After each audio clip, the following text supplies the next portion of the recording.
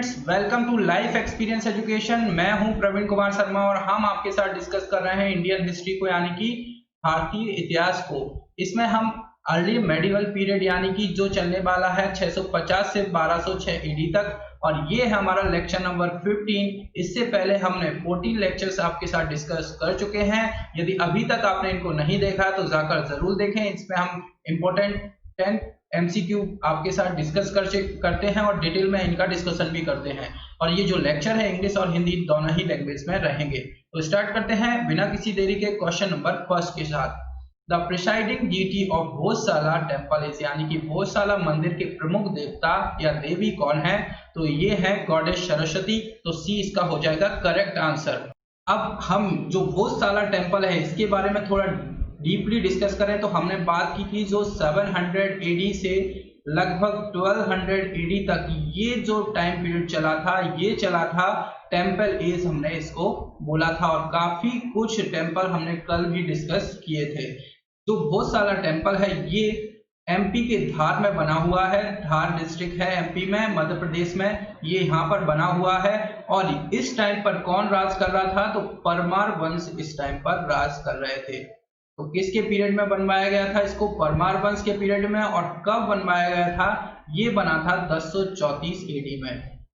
और इसकी मान्यता ये मानी जाती है कि ये पहले एक महाविद्यालय था जो कि बाद में भोजशाला के नाम से विख्यात हुआ। और जो राजा भोज जो थे उनके शासन में ही यहाँ माँ सरस्वती, जिन्हें क्या बोला जाता है? माँ सरस्वती को बाघ देवी के नाम से भी जाना जाता है। तो ये भी क्वेश्चन बन सकता है, ये भी आपको याद रखना है। माँ सरस्वती को बाघ देवी के नाम से जाना जाता है और उनकी प्रतिमा यहाँ पर स्थापित की गई थी। किसके पीरियड में? राजा भोज के पीरियड में। और ये जो टेम्पल बना था ये परमार वंश के टाइम पर बना था, जो कि 1034 एडी में बना था। तो सी इसका हो जाएगा राइट आंसर। नेक्स्ट क्वेश्चन की तरफ बढ़ते हैं।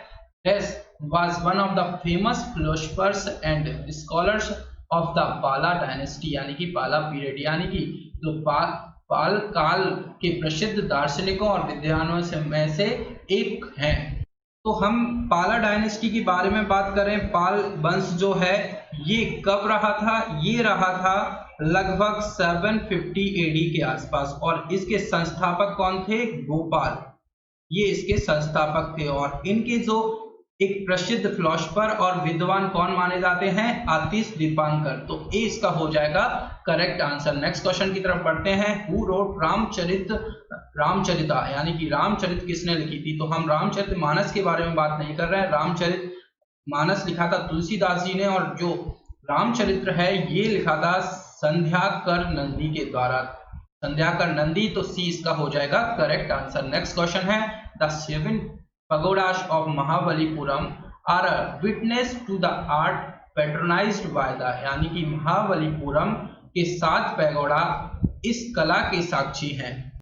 हमने जो टेम्पल एज की बारे में बात की थी तो ये 700 से 1200 एडी तक लगभग चलता है, जिसमें कि हमने गुजरात में कौन कर रहे थे राज? गुजरात में सोलंकी, चंदेला राज कर रहे थे मिडिल में। और साथ में उड़ीसा की तरफ हम जाएं तो यहाँ पे गंग डायनेस्टी राज कर रही थी यहाँ पर Chandela.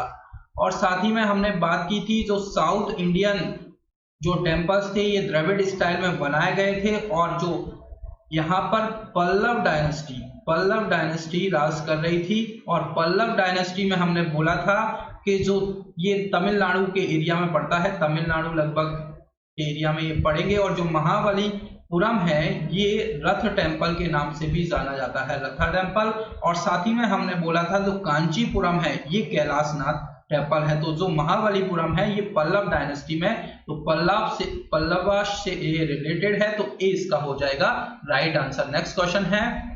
At which of the following places is the famous Kailasa temple located, यानी कि निम्नलिखित में से किस तख्त पर प्रसिद्ध कैलाशा मंदिर स्थित है?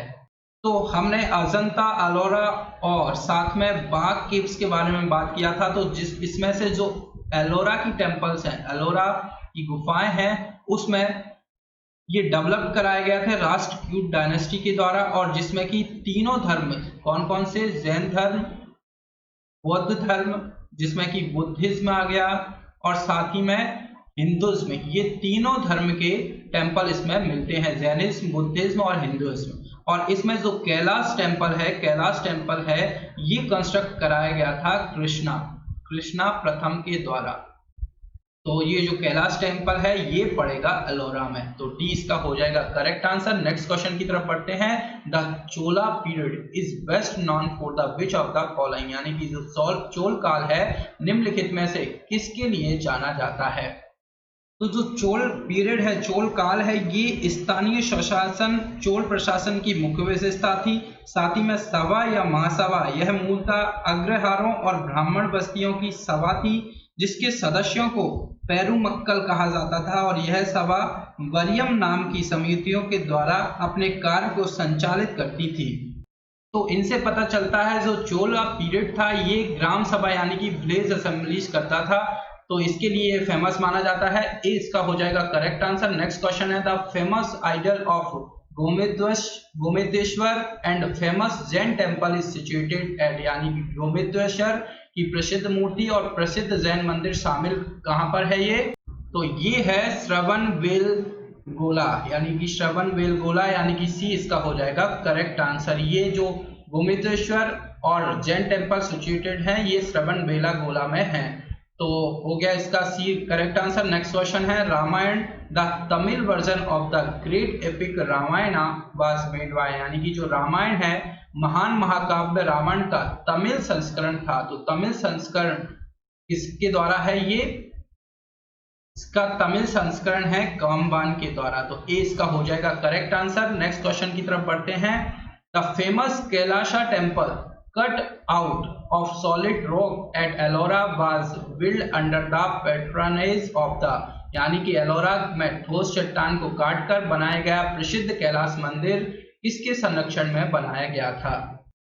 तो जो एलोरा एवं एलिफेंटा दोनों नाम है आपको याद रखना है, जैसे कि हमने बात की थी किसकी, अजंता, और एक और कौन था, गुफा यानी कि बाघ केव्स, ये दोनों गुप्त काल में बनवाई गई थी। और जो एलोरा एवं एलिफेंटा ये महाराष्ट्र में है, कहां पर, महाराष्ट्र में, और किसके काल में ये बनवाई गई थी, राष्ट्रकूटों के समय पर ये बनवाई गई थी, तो डी इसका हो जाएगा राइट आंसर। साथ ही में ये बनवाई गई थी राष्ट्रकूटों के समय पर। और एलोरा जो है इसमें 34 शैलकृत गुफाएं हैं, और इसमें से 1 से 12 तक जो है 1 से 12 तक जो बुद्धिज्म के लिए हैं, और 13 से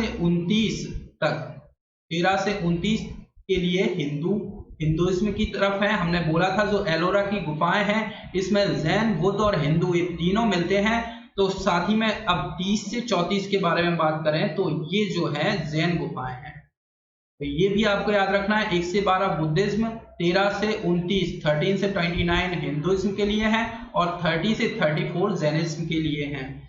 बौद्ध गुफा में सबसे प्रसिद्ध विश्वकर्मा गुफा जो कि नंबर 10 आता है इसमें, जो कि विश्वकर्मा गुफा कहलाती है, और इसमें एक चैत्य है, वहां पर 2 मंजिली और 3 मंजिली गुफाएं भी हैं, जिन्हें 2 थल और 3 थल नाम दिया गया है। एलोरा की गुफा 15 में विष्णु को नरसिंह अर्थात पुरुष सिंह के रूप में दिखलाया जाता है। जो हिंदुइज्म के लिए है 13 से 29 के लिए, उसमें एक जो है उसको 15 मतलब 15 नंबर नाम है एक गुफा का, जिसमें कि विष्णु को नरसिंह यानी कि जो पुरुष और सिंह के रूप में दिखलाया गया है। साथ ही में जो एलोरा गुफाओं का सर्वप्रथम उल्लेख फ्रांसीसी यात्री हेविनेट ने 17वीं शताब्दी में किया था, तो ये भी आपको याद रखना है। डी हो जाएगा करेक्ट आंसर। नेक्स्ट क्वेश्चन है Adi Shankaracharya established 4 maths, these maths are situated at, यानी कि जो आदि शंकराचार्य हैं इन्होंने 4 मठों की स्थापना की।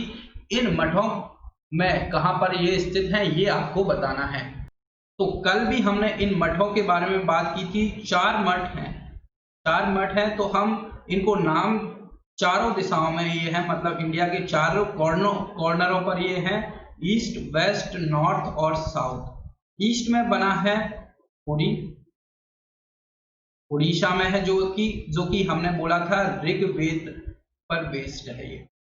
साथ ही में वेस्ट में हमने द्वारका द्वारका जो कि गुजरात में है, ये है सामवेद से रिलेटेड, सामवेद से रिलेटेड।